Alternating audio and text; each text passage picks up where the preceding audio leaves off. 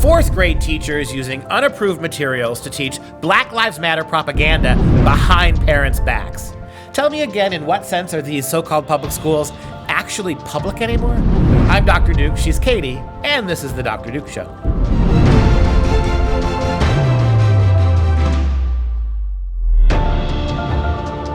Hello, everyone, and welcome to The Dr. Duke Show, the only program that keeps you educated on the craziness impacting K-12 classrooms and college campuses around the world. Today, we're marking our 300th show, that's 300, with a new backdrop, new website, and the launch of our brand new Patriot Club. Exciting, exciting. More on that later in the program, but we start by looking back at Black Lives Matter indoctrination being worked into your kids' classroom this very semester behind your back. And so, Katie, happy 300th. Woo!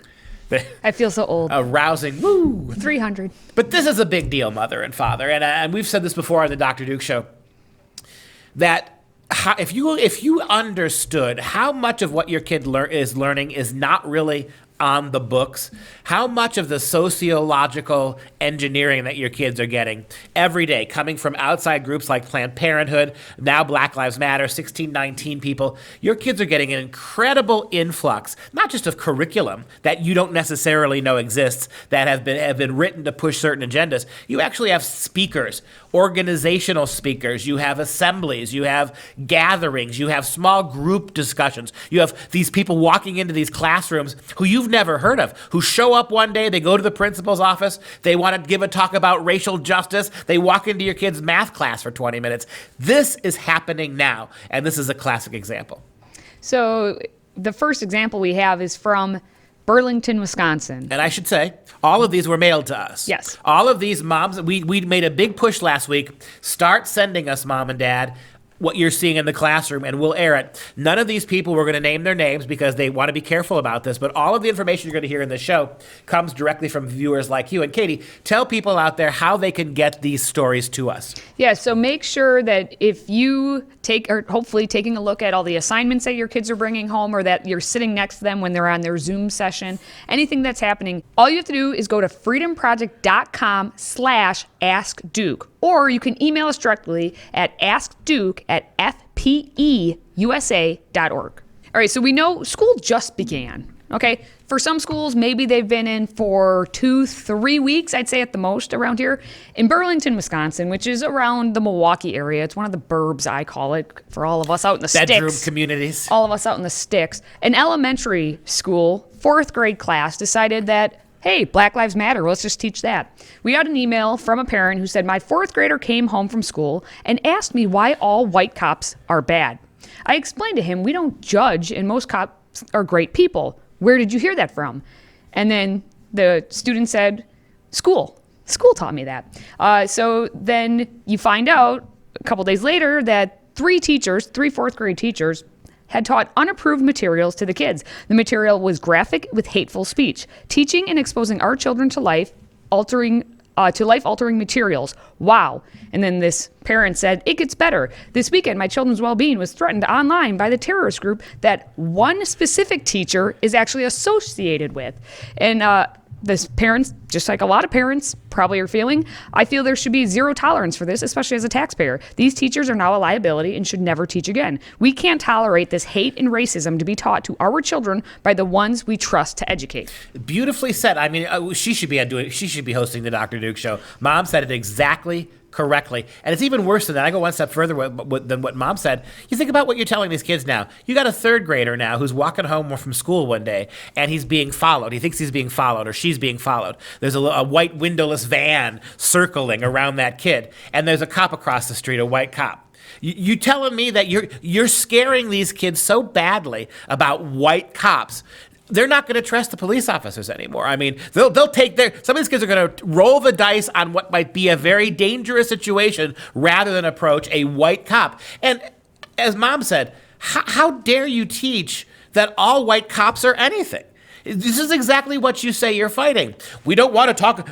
For too long, we've stereotyped black people. We've racially profiled them. We've used bigoted generalization when talking about non-white people. And your solution to that is to, in egregiously simplistic and stupid and bigoted ways, demean an entire group of people because of something so.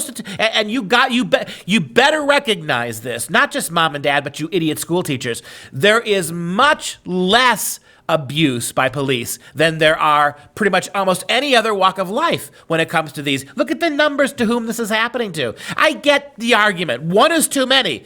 By all means, hold the police to a higher standard. But to demean 99% of police officers, because you're demeaning them all, because then you're saying that the non-white police officers are too stupid or too Uncle Tomish to know that they're in an organization that hates them. Everything about what you're doing is wrong. Everything about what you're doing is the real source of racism and division in the country today. And you're practicing that on third graders? Shame on you.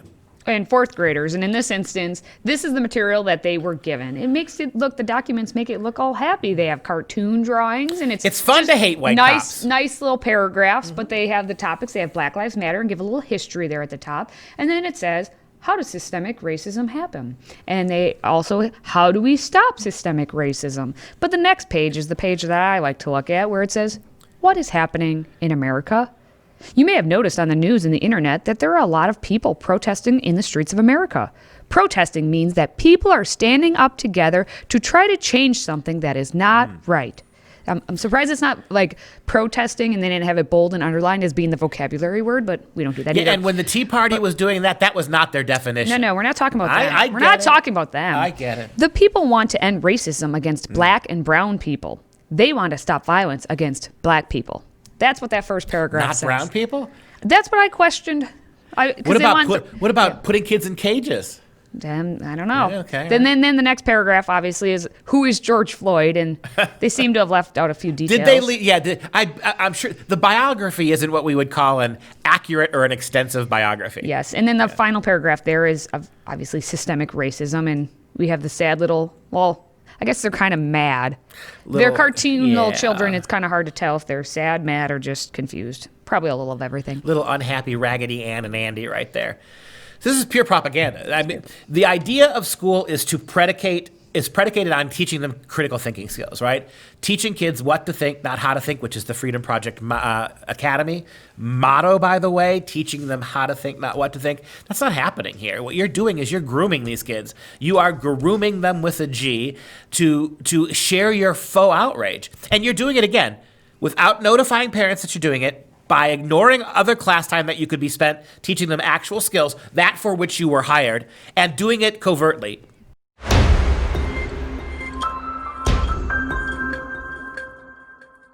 From Wisconsin down to Kentucky, everyone now is teaching Black Lives Matter in the school system. The 5th grade curriculum in Fayette County Public Schools Virtual Learning Academy in Kentucky has now gone awry. They know all about, current politics. After all, Kentucky's, all hip with that. So why not just have the students in the first couple weeks of class not actually learn about anything in the curriculum? Let's just make it all about what's happening now, current events, today, Black Lives Matter. So they had to read an article all about the NBA basketball. And basically they had to answer questions about how the NBA and Black Lives Matter are just interwoven together, because they are. And so a mom had actually sent into Pat Gray Unleashed, who's on the Blaze, images and a video of the assignment. So take a look at the video. If you look here, this is his assignment. This is the Fayette County Public Schools.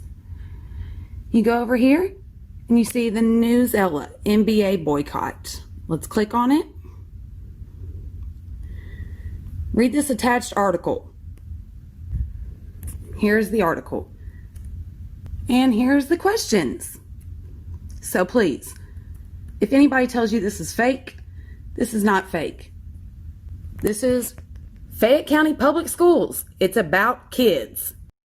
And Katie, the most egregious aspect of this is now they read the article and the questions that they have to answer. Yes, in the article itself, if you want to find it, is called Boycott, NBA playoff games called off amid player protest, and it's by Brian Mahoney and Tim Reynolds of the Associated Press, which the Associated Press used to be used as we need to get quick hit stories from around the country. These people actually were just giving you the facts. You put them in the paper until you got the full story and could kind of flesh it all out. Now they're just sending the propaganda out themselves. Who cares? They're doing everything for you. You don't even need to put any effort into it. And the article, based on how long it was, is probably the longest thing that these kids are going to read all year, because they're not going to clearly read books. They're too busy reading these boycott articles. So you read the article. It talks about how the NBA and the boycott, and, in case you aren't paying attention to it, which I wasn't until recently, go Milwaukee Bucks. But all the NBA players are allowed to have phrases on the back of their jerseys here for the playoffs, right? So it could say Black Lives Matter or equality or justice or whatever they want to say, except anything that has to do with like freedom or America's cool or MAGA? Cops are not bad people. Can they have MAGA on their shirts? Only if it's part of your name, which, yeah. I thought I'd ask. No, I don't think. I'm going to go with no on that Nice one. of the NBA to allow them to That's express so- themselves. yeah, that's so nice. One way. Yeah. Right. So back to the kids, though. So it's the first couple weeks of school. So they're reading about the NBA boycotts, and then they had to read the questions. And I'm just going to give you the first question because you get a sense of basically what the rest of the documents had said, all the questions. So the first question was, what is the relationship between Jacob Blake and Breonna Taylor? Okay, now, you know who Jacob Blake is as of recent. According to the alleged, everything is alleged because nothing is. Oh, okay. Yeah. Would you like to answer? If I were to raise my hand, your answer is to who Jacob Blake is? I could think of a relationship. Drugs. Oh, okay. Can I use that? I don't think no, because it's multiple choice, so you don't get to write in. Oh, you don't get. Oh, I'm sorry. So Yeah. there's only certain relationships that we're talking about. So we can't Gotcha. actually talk about the real relationship. Long between the police two. records. Can I use that one? No, that's not one. That's not in the answer either. Okay, but here are your options, Gosh, Mom and I'm Dad. stumped. You are A. Both were victims of police violence, sparking protests against racial injustice. B. One supports the NBA players' decision to boycott, and the other does not. C. Both were involved in the decision to boycott NBA playoff games. Where are they? And D. One is an NBA player participating in the boycott, and the other is a fan who supports it. So the only answer you can choose is one that has absolutely nothing to do with the NBA. Correct. Yeah, there you go. What pedagogy, what sound pedagogy we're dealing with here. And again, Mom, this is what they're doing to your kids now that they couldn't wait. As soon as the doors opened, as soon as the kids got in there, this is what they're feeding them now. And if you think this is come March, they'll have moved on to something else, you better think again. Well, and that's exactly the thing. We are just maybe 1 or 2 weeks into the school year, and the fact that this is all they're getting so far it boggles my mind, but at the same time, it's par for the course of what we're doing here. And if you're so pleased with yourself, public schools, why don't you just tell the parents what you're doing? Why don't you just add this to the curriculum? Why don't you make this much more overt? Quit hiding this. Do it more. Lecture. Send the kids home with homework. Send the kids home with all this stuff. Have them sit down with mom and dad and have the 5-year-old, the 7-year-old, the 9-year-old teach mom and dad how they're racist. Let's see how that flies. If you really stand behind what you're doing, do it completely in the open.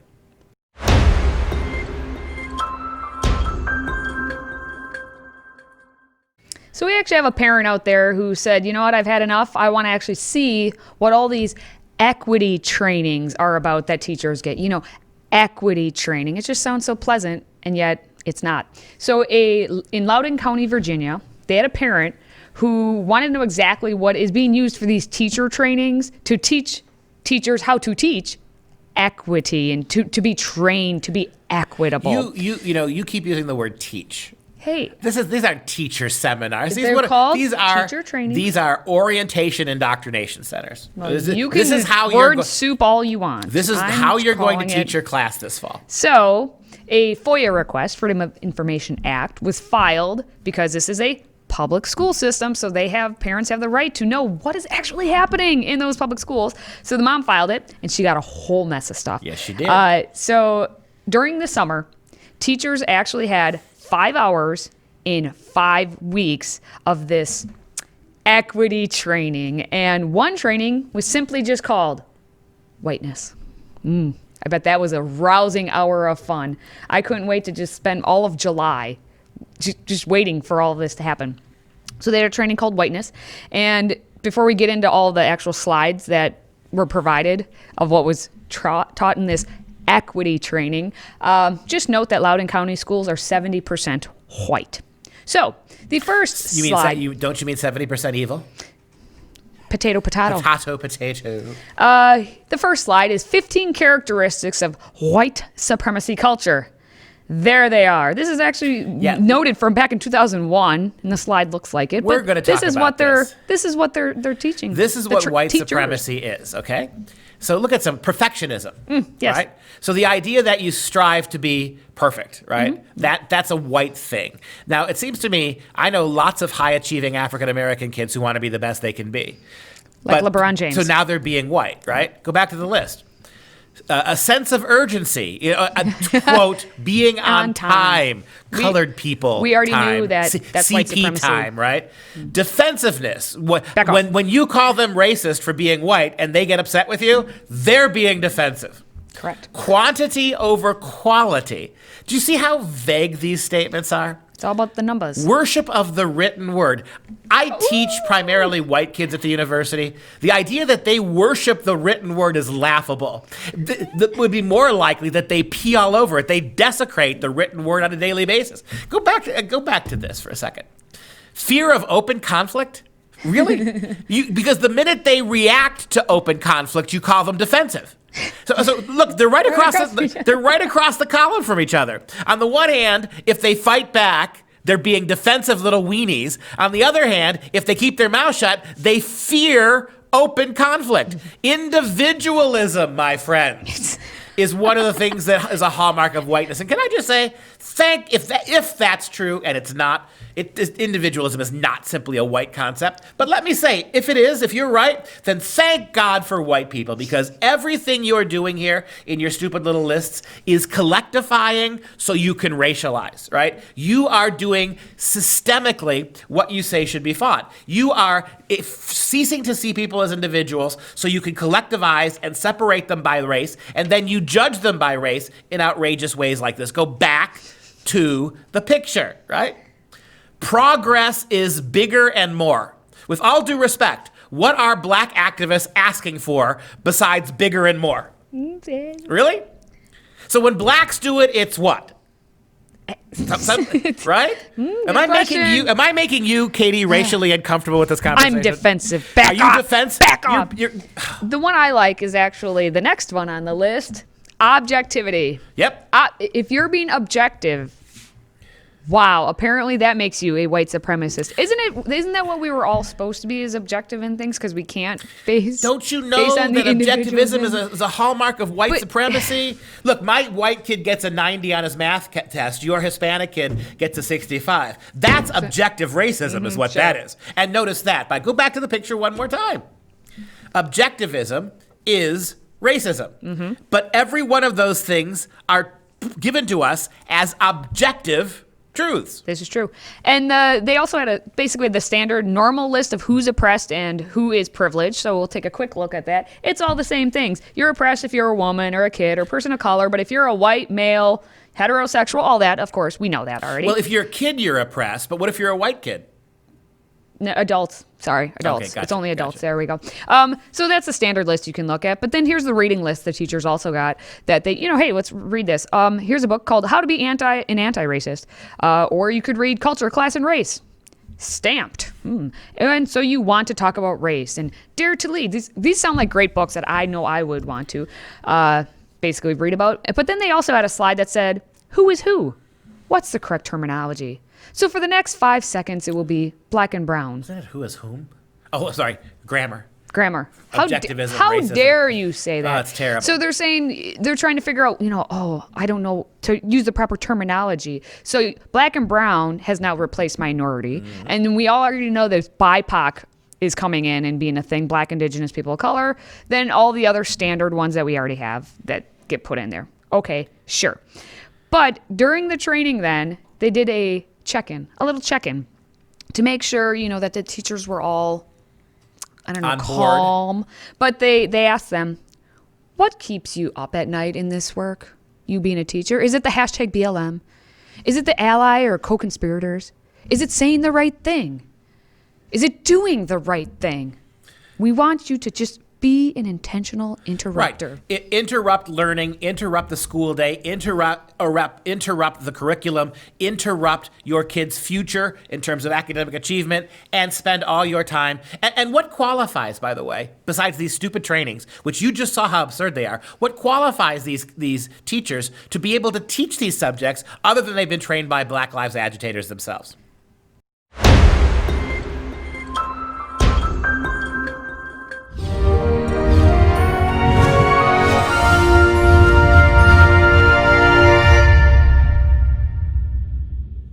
It's time now for some real education. The poem If, written in 1895 by Rudyard Kipling, is a tribute to Scottish politician Leander Starr Jameson. First published in Rewards and Fairies, it's written in the form of paternal advice to the poet's son, John. In his posthumously published autobiography, Something of Myself, in 1937, Kipling said that in writing the poem, he was inspired by the character of Leander Starr Jameson, leader of the failed Jameson raid against the Transvaal Republic to overthrow the Boer government of Paul Kruger. The failure of that mercenary coup d'etat aggravated the political tensions between Great Britain and the Boers, which then led to the Second Boer War from 1899 to 1902.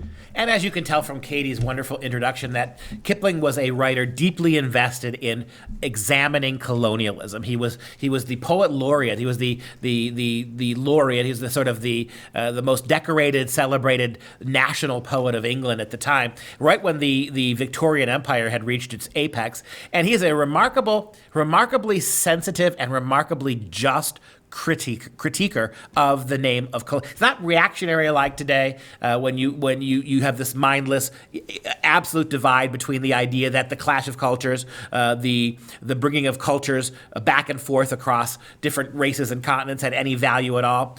So they're not the extremists you have today, but very thoughtful in the way he handled them. And one of his famous poems is If. It doesn't in itself necessarily deal with colonial issues, but it gives you a sense of who the man is. He's one of the great writers of Western culture that if you don't read, if you haven't read in a long time, works like Gunga Din, for instance, really give you a very sensitive understanding of the relationship between colonized and colonizer. But go to the poem, the first stanza. It gives you a sense of who his philosophy was, Kipling, very famous. If you can keep your head when all about you are losing theirs and blaming it on you, if you can trust yourself when all men doubt you, but make allowance for their doubting too, if you can wait and not be tired by waiting, or being lied about, don't deal in lies, or being hated, don't give way to hating, and yet don't look too good, nor talk too wise.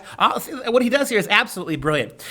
This is Christianity really distilled through this. If you can keep your head when all about them are losing yours and blaming you, you can trust yourself when all other men doubt you, but allow for the doubt, right? Pay attention to the criticism. If you can wait and not be tired by waiting or being lied about, you then don't deal in lies, or being hated, don't give way to hating. These are all paths for great success. Jump to the end of the poem. If you can, Kipling writes, walk with crowds and keep your virtue, or walk with kings nor lose the common touch. If neither foes nor loving friends can hurt you, if all men count with you, but none too much, if you can fill the unforgiving minute with 60 seconds worth of distance run, yours is the earth and everything that's in it, and which is more, you'll be a man, my son. Beautiful. All right, as many of you have noticed, we have these fancy tumblers on set, and they're part of our new Patriot Club. As most of you know, Facebook and YouTube are not.